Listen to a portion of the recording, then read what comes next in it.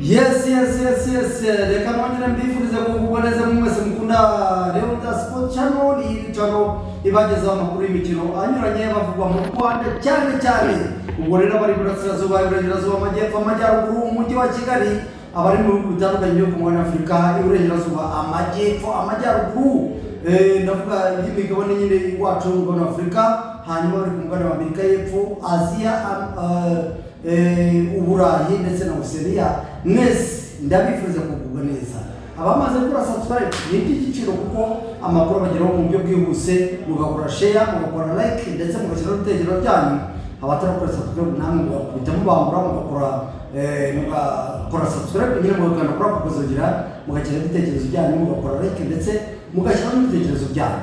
Uyu ni umwanya wanyu, umusaza wanyu Real Sport Channel, ubabwira ati nyamuneka muri he kugira ngo tuganire ku mikino itandukanye by'umwihariko ariko umupira w'amaguru uvugwa mu Rwanda. Uyu mwanya rero ndaje ntaho nagiye, ndi ku giti niho nibereye nicariye.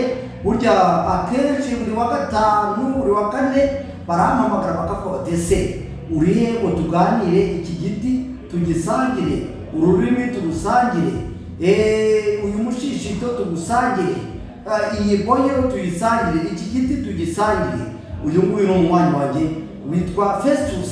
Abavuga ati ndahari wabuze iki nawe rero wabuze iki kuri iki giti, ngo gitikabure ugikekabure hanyuma unezerwe. Ariko kandi ukabona uti amakuru y'imikino yo ndayazi. Hari umukino rero utegerejwe ugomba guhuza ikipe ya APR n'ikipe ya Rayon Sport. Iyi ni derby ibivugwa n'abantu benshi bavuga bati se binogeje bite, ese amakipe yiteguye ate, APR yiteguye ite, Rayon Sport yiteguye ite? Ibyo ukabivuga tukabisesengura natwe tukabigarukaho, ariko dushingiye ku buryo amakuru twahawe n'amakipe yacu. Ubwo rero hari ikipe ya APR ni igomba kwakira uyu mukino, ni ifite uwo ibivugaho byinshi cyane ko mu mikino iheruka ivuga iti baratwibye abasifuzi bari ibisambo, ndetse ikipe ya APR itanga n'ikirego iravuga iti hari ibisifuzi byatwibye by'ibisambo. Iki kirego rero imaze kugitanga cyahawe agaciro, baravuga bati reka tukige tugisesengure turebe kuko niba ibyo bavuga bifite agaciro. Iki kirego rero cyamaze kwigwa, kandi kuko ubutabera bwa Ferwafa bwa komisiyo y'abasifuzi busanga kuko umuntu witwa Karangwa Yusitini yarakoze ibidasanzwe, akora amahano, atanga iravuga offside yariyo, ariko mu by'ukuri bigaragara ko mu by'ukuri cyari igitego APR yagombye gutsinda.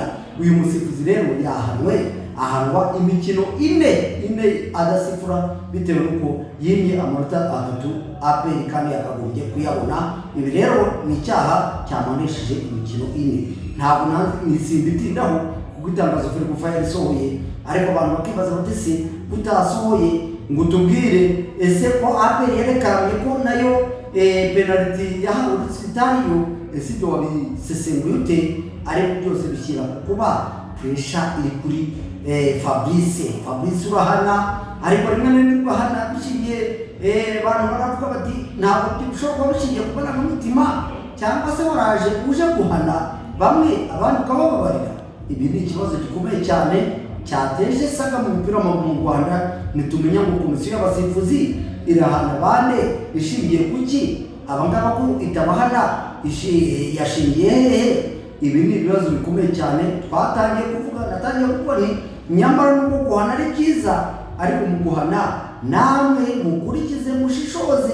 Ese koko nta gatsiko kaba kariho gashingiye ku guhana kahana bamwe abandi kabashobora kubihorera?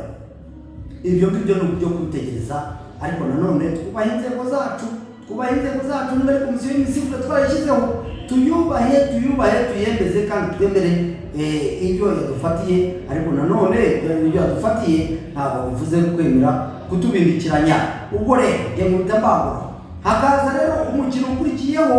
N'ubwo uyu ibihano twabibonye, ariko n'ubundi shampiyona iracyakomeza kandi igeze ku munsi wayo wa 7.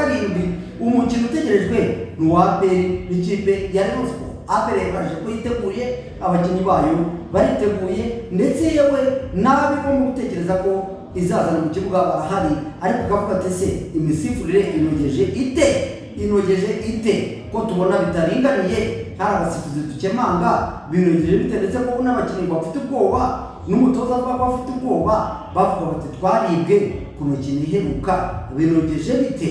Rayon Sport nayo ikavuga iti nubwo wenda twebwe ntacyo turekarama muri iyi minsi, ariko hari igihe twagiye twibwa kandi n'ubu dufite ubwoba ko dushobora kwibwa. Twebwe ntacyo turekarama ariko dufite ubwoba. Ku munsi w'ejo rero, ku munsi wa gatandatu, hari umukino ukomeye bavuga bati binogeje bite.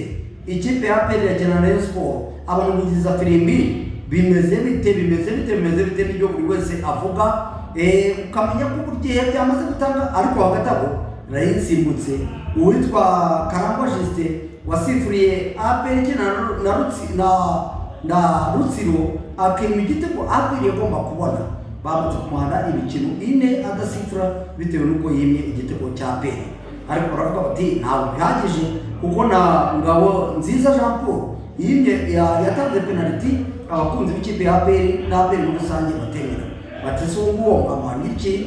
Ibyo ngibyo nabyo bibaza bati biragaragara ko hari agatsiko k'abantu bashaka kubangamira APR muri iyi sezo bishingiye ku buyobozi bwa federasiyo. Ariko njye simbizi, njye nasesengura mbavuga ibivugwa n'abakunzi ndetse n'abayobozi b'amakipe yanyu. Hanyuma rero icyo dutegereje ni derby APR na Rayon Sport wa gatandatu. Bana baravuga ati ko abasifuzi bananiranye, Cyucyuri yarananiranye, Karangwa Justin yarananiranye, Mugabo yarananiranye, Rubisa ntabwo yemerwa, hanyuma twagira Mukiza Abdul ntabwo yemerwa, Samuel Ukunda ntabwo yemerwa, n'abandi basifuzi bashingiye bo hagati kuko nibo bashingira ku mukino ko batemerwa. Uyu mukino uzasifurwa nani? Ubu rero byamaze kumenyekana ko abasifuzi bazagusifura ni Kayitare David, uyu umusifuzi utari mpuzamahanga, ariko umusifuzi wo hagati wahawe amanota menshi n'abakunzi b'umupira w'amaguru mu mukino yasifuye. Ariko kandi mu mukino ikipe y'Amagaju yakinnye na Rayon Sport hano kuri Kigali Stadium, hari bamwe batamwishimiye bavuga bati wasifuye nabi, Amagaju ntabwo yamwishimiye, baravuga bati watwibye, wahaye ikarita y'umutuku umukinnyi wacu itari ikwiriye. Ariko burya nyine komisiyo zibishinzwe nizo zibinonosora zikavuga ziti uyu nguyu turamwemera. Hanyuma Mutuyimana Totosi we nawe ari ku ruhande, uyu nguyu nawe APR baravuga bati batuyera yibye nubwo atatwe yibye. Ariko ubwo Rayon Sport yakinaga na Mukura, uyu musifuzi Mutuyimana Totosi yatanze igitego kitari cyo cy'ikirayirano, bati uyu muntu turamukizwa n'ikimwoka byaramwe. Uyu rero nawe ari ku ruhande. Hanyuma rero hakaza uwitwa Ishimwe Didier, uyu nguyu nawe ni umusifuzi wo ku rundi ruhande. Ubwo rero nabona abasifuzi Ishyaka ko umusifuzi wa kane Eside barayikwiriye. Namwe muraduha ibitekerezo mushingiye ko umuntu uyu mukino, uyu ni umukino abantu bavuga bati nubwo abantu tuvuga ko ari APR na Rayon, ariko mu kibuga yaba Rayon Sport iratubeshya, yaba APR iratubeshya, abakinnyi ko bakina APR umutoza aratubeshya ngo yego koko baramwiba kandi kuko n'umusifuzi yahamwe. Ariko si imikinire ite Rayon Sport nayo igatsinda ariko abafana bayo n'abandi bakurikira umupira w'amaguru bati se ite. Ariko abandi batari ko derby iteye kwayo, mwebwe nimuze mukurikirane. Ntawamenya abakinnyi bashobora kuba bishyizemo batekereje mentalite yabo yahindutse, yaba iya APR ndetse n'iya Rayon, tukaba tazabona umukino mwiza. Ubwo rero nanjye nibyo ntegereje, nawe nibyo utegereje, ubwo reka dutegereze n'indi mikino. Rero tuzagira ko mwe gukina mubwira ni mukorere subscribe, hanyuma abandi mwakoze subscribe musharing inkuru twakoze, muzikorera like mukiro n'ibitekerezo byanyu. Ibindi ni gutaha. Bye bye. Reka nshimire Festus umunywanyi wacu kuri igiti ndiko mbyisi, ariko bafite na za Kisangani n'izindi serivisi zitandukanye zidushimisha mu bijyanye n'inyama, ariko n'amayobora yafite nawe utaha. Bye bye.